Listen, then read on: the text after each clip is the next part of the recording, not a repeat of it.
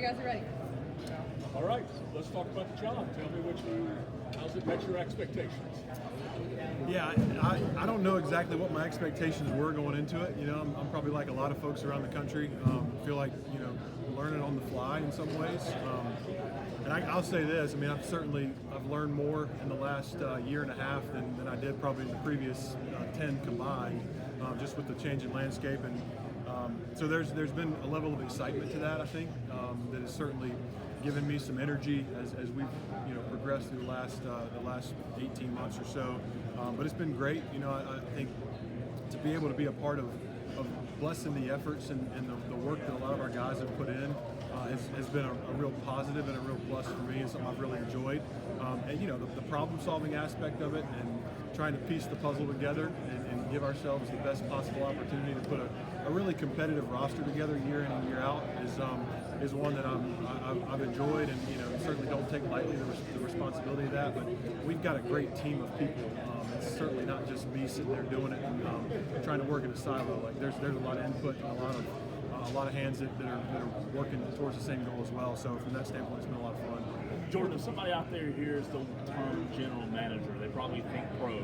How would you say you can relate your job, your responsibilities to?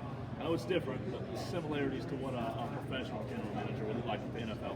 Yeah, I mean, I think there's certainly some crossover and some things that are similar about it. There's also some stark differences, right? Like we don't get to select a roster, we don't draft, we don't necessarily sign in free agency in the same way that a pro team would. But yeah, there's definitely some similarities in terms of the evaluation process of it, and trying to fit the pieces together. And so I think we're all NFL, college, we're all working towards the same mission, right? Of you've got to put a roster together, and ours is probably, especially at Clemson, we probably have a little bit more of a long-term mindset towards it, right? It's not just a year-to-year thing where you're trying to fill holes in free agency and get every piece in place, and you have contracts expiring, those kind of things. We've got some similarities there, but in terms of how we want to do it, it's a retention-first model. That's what we want to do. We want to retain and develop the roster. And so everything that we do is kind of goes through that lens, right? Of we want to sign the best class that we can sign every year to fill the holes that we know we have from a departure standpoint, and then ultimately hand it over to the coaches and say, hey, here's who we've got. Here's who you guys wanted that we were able to bring in here. Now let's go develop them. Let's go win on the field. So how much say do the coaches have in the guys that you are looking at and acquiring? Yeah, a ton. I mean, it's a collaborative effort all the way. But at the end of the day, we still have to recruit, right? We don't just get to select. Sure. And so from my standpoint, I think the coach's involvement is paramount to success, right? It's because you're still talking about 16, 17-year-old kids who are making decisions about the next 4 years of their life, which has a tremendous impact long-term on their future. And so the coaches have to be involved in the selection process, the recruiting process, the evaluation process. They've got to be intimately involved in all of that.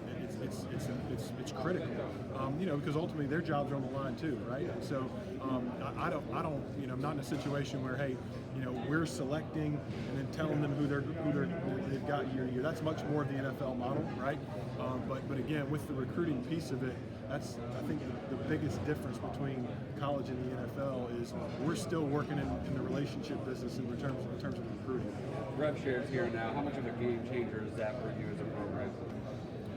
Yeah, I think it's been huge for us. It's huge for everybody, right? I mean, it's changed the game, to use your term, in ways that if you'd asked me 10 years ago, 15 years ago when I started in college football, will we ever be there?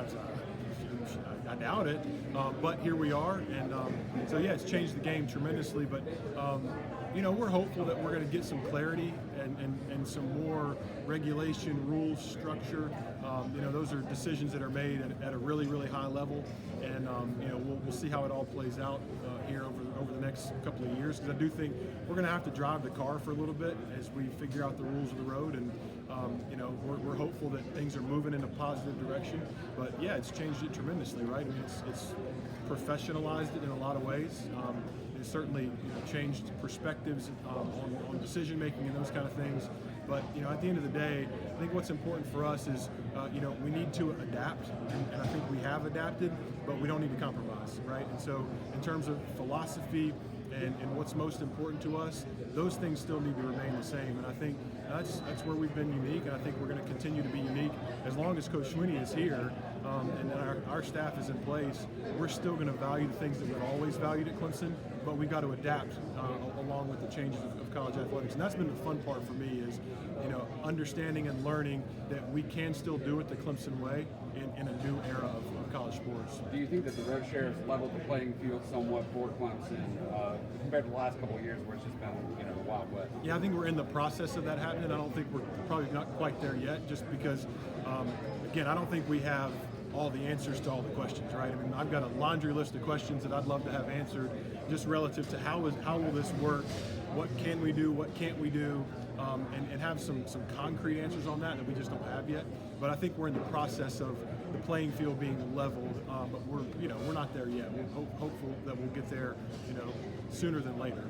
With all these changes, what is maybe the one thing that the NCAA or whoever figured out? Okay, my job would be a lot easier if this was fixed tomorrow. Yeah, I mean, I think binding contracts are important, right? Like those are critical. That's a critical piece of the puzzle. That if we could figure that out, that would help. And then a salary cap, like those two things, those would be.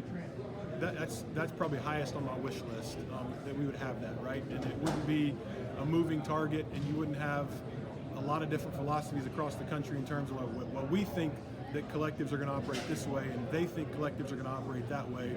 But for us, again, all to have the same set of rules, everybody have the same understanding of that set of rules, those would be critical pieces. But again, like those are hard questions to answer and hard problems to solve. It's not easy, and there's a lot of legal ramifications of all that. So again, I kind of defer to the ADs and the commissioners and all the folks that are involved in that process to answer those questions for us. But like I said, I'm hopeful, and I want to maintain hope that we're gonna get there. How does that happen with so many different states, with so many different rules? And you just don't have it doesn't seem like there's a centralized oversight to it. That's not a question for me to answer. The how does it happen question, I don't know. That's again, I defer to the powers that be on that. It's a better question for Graham and Coach Sweeney, but yeah, I'm hopeful that it happens at some point. But that would help with your job a little easier. It would make the challenges, I would think, a little less. Yeah, 100%. Like I said, I mean, concrete rules and structure would help not just me, it would help everybody across the landscape to be able to, just again know the rules of the game that you're playing. And I think we're getting there, but it's gonna take some time before we all have a great understanding of how it's working. I mean, we're July 15th. We're 2 weeks into the settlement, so we've certainly still got some runway ahead of us. And do you have an opinion on this? What is your thought? I got lots of opinions on a lot of things, but I think at the end of the day, again, my opinions are not necessarily relevant today. I think what we're trying to do is take our philosophy and continue to be true to who we are, and with whatever rules of the day that we have, we go operate within those rules, and then let the powers that be make those decisions. You talked a lot about retaining this roster. I'm curious if you talk to other GMs around the sport, and if they ask you, like, how are you guys at Clemson doing this every year, where all your best players don't enter the portal, or at least half of them don't? Like, what do you say, like, this is how we're doing it? Yeah, I mean, I think I certainly that's been one of the benefits, I think, of the change and even the rise of the GM role. I think I've had more connectivity with my counterparts and peers across the country over the last few years than certainly I did previously, because I think, again, we're all trying to sort of solve the same problems. And so, yeah, I mean, we share as much as we can share, and I think that's something that's unique about college football in general. I can't speak for other sports, but there is a sharing of ideas across the sport, and that's not just in terms of my role, but that's coaches too, right? Like, coaches get together in clinic, and our coaches go and visit other staffs, and other staffs come here and visit and talk shop. So yeah, we do a lot of that conversationally, because I think, again, we're all experiencing the same issues. We're all kind of going through this together, and we're all learning as we go, because this is by no means a finished product. And so I think that's important for us to be able to share some of those ideas.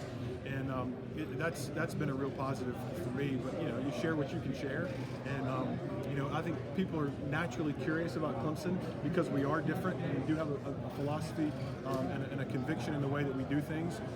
And quite frankly, it takes some courage to do things the way that we do them. And I'm not naive enough to think that there's been a lot of people that have come before me who have put in a lot of work and blood, sweat, and tears over the years to get us to this point, right? To be able to operate the way that we do is a privilege. It's not a right, and it's earned over time. But Coach Schwinney has, I have a ton of respect, most of all for his conviction, and we're going to do things a certain way. And I think that's a hard thing to do, because I think today's world, especially for coaches, is most administrations and fan bases don't have a lot of patience, right?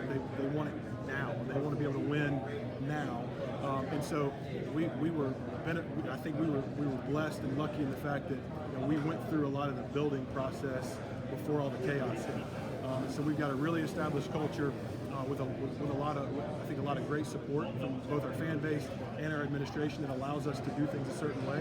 And Coach has proven year in and year out that it works doing it the way we do it, and he's going to maintain that conviction, and I love that about him. You've touched on this a little bit, this thing on the podcast appearance, but so rep share is coming. The season ends, the Texas game. How quickly are you delving into roster discussions, retention, all these conversations, signing agreements, dealing with tampering, just that whole process? Take us through end of last season to kind of now with the roster that you guys have we certainly spent a ton of time throughout the fall, kind of evaluating and determining, okay, how are we going to approach this? 1,000 different valuation models, things that we went through. I mean, we got iteration upon iteration of those models, and ultimately landed at where we felt was a good spot, and then the conversations start, right? So you've got starting points and places that you want to land on all of that, and things change and evolve as you go through those conversations. And we started, sat on the bus after the game and kind of put the finishing touches on, all right, here's where we're going to start tomorrow, and got home at 3 a.m., got into bed for a few hours, and then we had our first conversation at noon the next day. And again, I think the opportunity to bless our players was a fun one. It really was, and I was struck by the fact that we didn't have many, if any, guys who were really just trying to leverage us to leave. They wanted to be here. We got a bunch of guys who are bought into the process. They're bought into the place. They're bought into the people, and they want to be here. And they have a great understanding of the dollars are not unlimited. It's not a $275 million budget that we have. We're limited in what we can spend, and so in order to make it work, we've all got to work together, right? It's not just we can't just focus on one guy. We got to make sure that every player has teammates around him that are going to push him to be better. Because one thing I know about this game is one guy does not win you a championship, right? It takes an entirety of a roster, and not just a starting 11. Like, you got to have a full roster of guys that can go out and compete. And so I think our players had a great understanding of we've all got to work together to make this happen. And I'm appreciative of the opportunity to go through the process with them. And those phone calls and conversations and FaceTimes where, hey, we're done, the deals are signed, those were celebratory, and that was a lot of fun. And again, have a great appreciation for our players, for their continued belief in us and their commitment to us, to honor the commitments that they made when they signed. It's been a blessing. Do you ever just take a step back and realize how crazy it is? Like, when you started, do you ever think you'd be discussing open salary negotiations with players 12 years later, or however long you've been in it? Just how much things have changed from when you started to now? I've had that thought a number of times. We've said that internally. I've said it to some peers and counterparts. Like, do y'all ever just think to yourself, like, this is wild? And it is, but it's like a lot of things in life, right? Like, the one constant in life is change, and so we're living through that now. And so, like I said, I think it has certainly reinvigorated in me just the desire and the hunger for learning and for knowledge, because I certainly don't have all the answers, right? And we don't have all the answers. And so having conversations and studying, and Kevin's has been an amazing resource for me. Just his experience in evaluation, in information gathering and those kind of things, and I'm still learning every day. And we just had a conversation 20 minutes ago about how we're going to approach some things moving forward. And so he's been great, but he brought Bill Polian in, and we spent some time with Bill Polian, and hearing Bill Polian's perspective, it's a Hall of Famer, at the NFL level, and you're hearing his perspective on what's most important and where are the places where you can make some concessions and where are the places that you can't compromise this and that. Like those have been great. So I'm thankful for a number of the NFL GMs that I've spoken to over the years who have been super gracious with their time, and it's been interesting because those conversations, I go in with a list of questions, and they have ones just as long. They're like, "How do you guys do this?" And man, this is crazy. And I can't imagine dealing with that the way that y'all have to deal with it relative to how we do. So it's been a lot of fun. I'm just curious, you and other GMs, like how y'all feel like the policing thing should go. Because what still feels like it today, nothing's stopping from one of the bigger programs that feels like they have an unlimited amount of money from still spending that money. What is the best way to go about making sure that it's real contracts through the school, nothing off the books that's coming in? How do you guys police that? Yeah, I mean, thankfully, I don't have to answer that question. That's not a problem that I have to solve. I want to see it solved, certainly.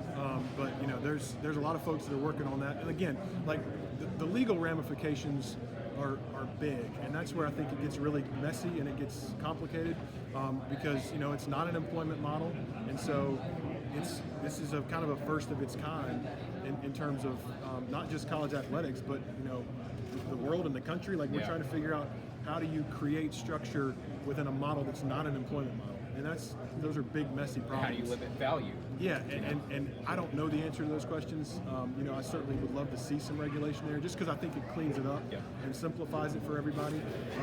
But I'm hopeful that comes. But how I would do it, I've got my own personal. Is there any belief from you and other GMs that this Deloitte stuff or a firm like that can work, or is it?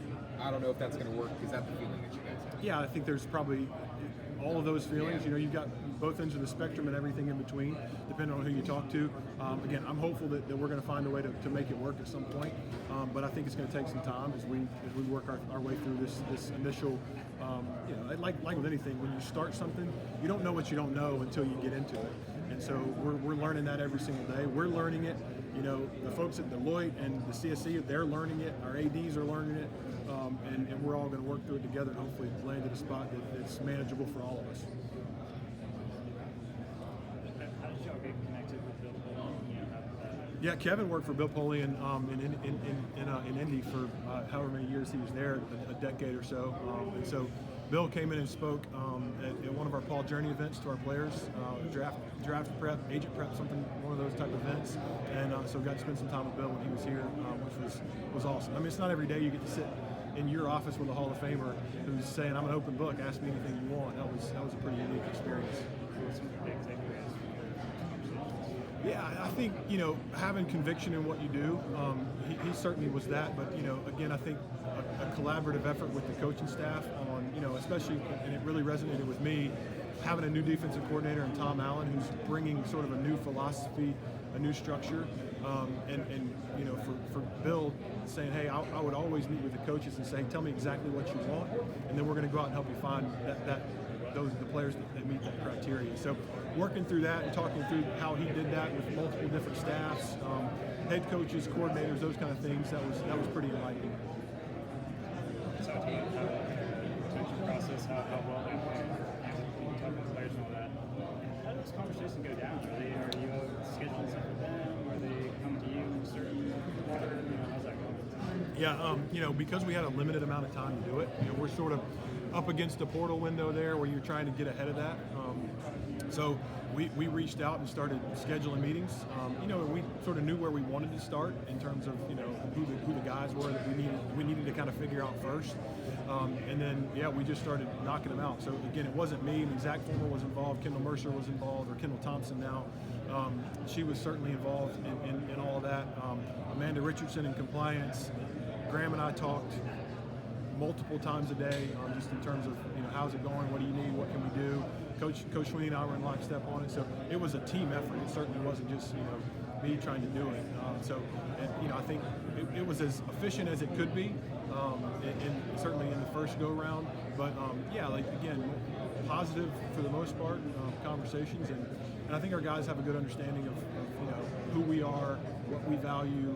And we've tried to recruit guys that align with our values too, and so that makes it easier. So talking to Kevin, he was talking about how his role is important in terms of evaluating players. I guess you do that, like, you guys basically just set up like a draft board or something like that, evaluate here, like how you guys work together to kind of figure that out. Yeah, it's not so dissimilar to the way that we've always done it in terms of your recruiting board, right? You kind of have a pecking order of, hey, if you get first choice, who are you taking? 1, 2, 3, 4, and 5, and then the value. That's a little more complicated in terms of how we land on that, how we determine it. There's market influences there. There's some position values, right? Like the quarterback obviously is going to command the most dollars, and so positionally, there's positions that have different values.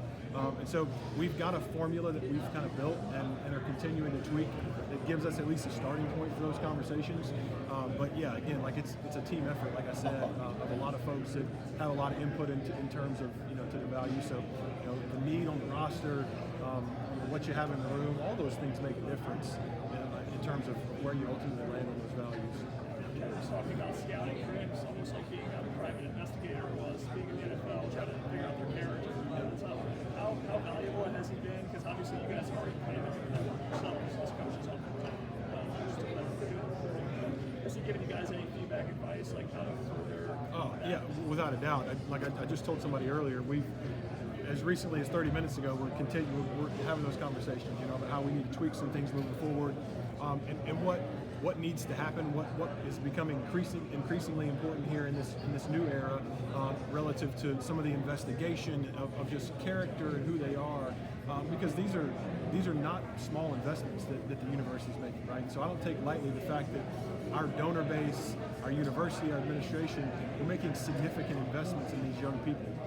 And so, with any investment, there's risk that comes along with that. And I talk to our players about that, right?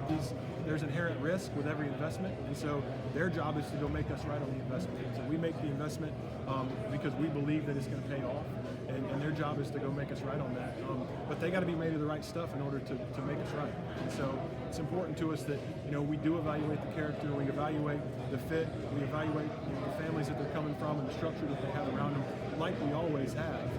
But it comes with probably a little bit more of a weight to it now than it ever has before, just simply because of the financial investment we're making too. What's the most valuable thing Kevin's brought? Obviously, NFL guy with experience in scouting and all that. Like, what's the most unique thing that he's kind of brought? Yeah, I think number one, just his comfort level with speaking the language of evaluation, I think has been critical. He's helped us revamp our scouting process, and that's I think going to be an ongoing process.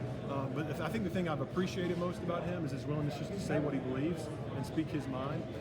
He doesn't sugarcoat. He just says, when you ask him a question, what do you think about this guy? He's going to tell you exactly what he thinks, right? And I think that's an invaluable resource for us as a staff, to just be able to have a guy who you can really lean on, that has had 25 years plus of experience doing exactly what he's doing today for us. So I think, to me, that's been the greatest value that he's brought, is just his willingness to say, this is what I think, this is what I believe, and he's convicted in it. And I think that's given everybody across the building, the confidence to probably speak up a little more too, which would be great. Obviously, you can't talk about specific recruits, but he was talking about the summer camp that you guys just had. Like, that's really comfortable for him. It's almost like a pro day. He has to evaluate them in person. Is there a way that he was really helpful in kind of identifying certain prospects? Like, I really like that guy. Like, how helpful was it having his eyes there? Yeah, I think it's great. The thing with camp is, your coaches are so engaged and they're working and coaching and moving around, and so to have another set of eyes that's strictly an evaluation set is a good one. And it's not lost on me, right, that you can introduce a prospect to Kevin and say, hey, this guy was a part of evaluating some Hall of Famers. Like, he's been doing this a long time at the NFL level for a number of organizations. But yeah, just to have him there, and again, have him walking around and be able to say, hey, did you see that route? What'd you think? Did you see that one-on-one rep? Like, give me your take on it. For me, it's invaluable, right? Because we're evaluating every single thing from a high school perspective in the camp setting. We're doing that for our roster as well. And I've really enjoyed being able just to go get his feedback.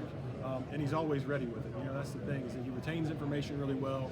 And when he watches a guy, I can ask him some obscure guy, and he's like, oh yeah, I watched that guy, here's my thoughts on it. And he's an avid note taker, so like he's got notebooks on notebooks of evaluation notes on guys too. So he's been a great resource for us, and I'm extremely thankful he's here. How often do your playing days come up? Do you ever, you know, I mean, you were quite the player. I mean, us being from Greenville, Furman is a big interest. but Yeah, How you're often kind. do you ever, you know, recount those days and bring them up, or you know, use them in relationship building and things like that? Yeah, I mean, I think you lean on the experience of it, certainly, right? Of the, hey, I've been in your shoes, I understand kind of what you're going through, and those kind of things from a recruiting perspective. But man, I'm a has-been at this point, so that was a long time ago. It did come up. We played Furman a couple of years ago. Somehow, they weren't my highlights, but we played Clemson back in, I don't know, 2006, 7, whatever the year was. Somehow both picks that I threw in that game made their way onto the video screen in our team meeting. So that was a lot of fun. But yeah, they still come up from time to time. And when you have those matchups with them, how do you separate the, you know, because you're obviously running for Clemson, but you have that Furman connection. How do you separate that, or is it like we're all winners today? You know, when the two teams. Yeah, there's no conflict for me. I mean, Clemson signs my paycheck. That's where the bread is buttered. So I want to win, no matter who's standing across that. My mom could be coaching the other team, and I want to make sure that we're coming out with a victory. How about this new level of success, new role? Do you have a moment, or have you had a moment where you're like, wow, this is an appreciation or a gratitude or a reflection of the journey that you've taken to get here? Yeah, without a doubt. I mean, I want to, it's important to me not to take any of this for granted. The fact that I'm here, and most of all, the fact that I'm at Clemson. The place is unbelievable. The head coach that I work for aligns wholly with me, and I align with him, and just in terms of what's most important to me in my life, my faith, my family, the opportunity to be a husband and a father.